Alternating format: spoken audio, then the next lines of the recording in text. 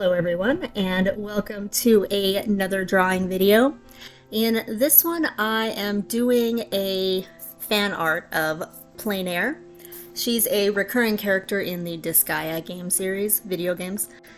For those who play the series, you probably know who this character is, even though she's a little bit obscure. She's still one of my favorite ones, and I'm not entirely sure why. But with that being said, I do not like this piece.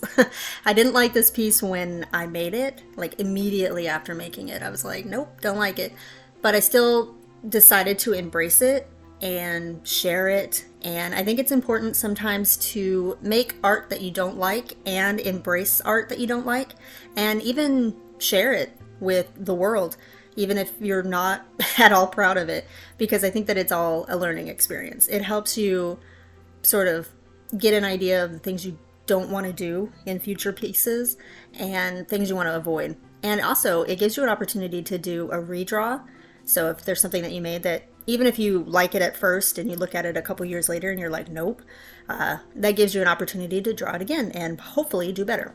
So I think I might actually do a redraw of this piece here. I'm actually not sure how long ago I made it. Maybe I'll give it a year or two from the last time I drew it and try and redraw it. So this once again was done in Procreate, and her colors are pretty much just red, white, and blue. And I wanted to bring a little bit more color harmony when I was coloring.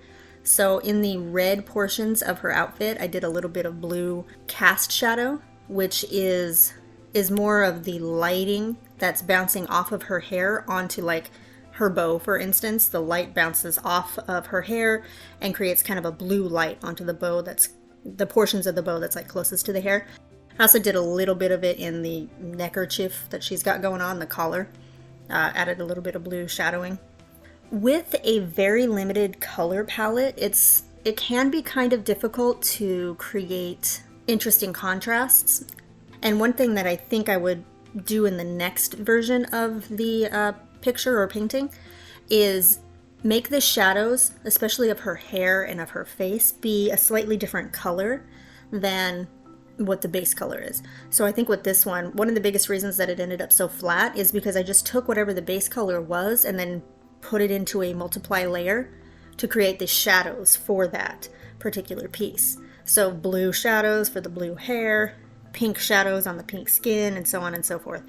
And I think that in the next version, I will probably be doing something more like burgundy or like a purplish shadow for the hair, and warmer shading and like contrasting colors in the skin and things like that, so that it pops a little bit more. It's interesting because the colors are blue and red, and they're not necessarily contrasting colors, but they should at least have more differentiating factors because one's warm and one's cool than they do. I kind of feel like it fell a little bit flat. And then as I was pretty much done with the painting, I realized that the collar portion of her necktie is actually white. So I kind of messed up on the color scheme a little bit. Sometimes you get too into the drawing process, or you get too into trying to like fix what's going on, that you forget some of the most basic information. Like, I know that the tie portion around her neck is red, but the collar portion is white, so I had to fix that again. I actually like this character so much that I dressed up as her for Halloween, so I know her outfit. I made the outfit myself. I know that that is white, and yet, you know, I didn't realize that I had messed it up until about 90% way through the drawing process. But that is the end of this particular piece. So I hope you guys have a good rest of your day and draw something that you like. Thanks for watching.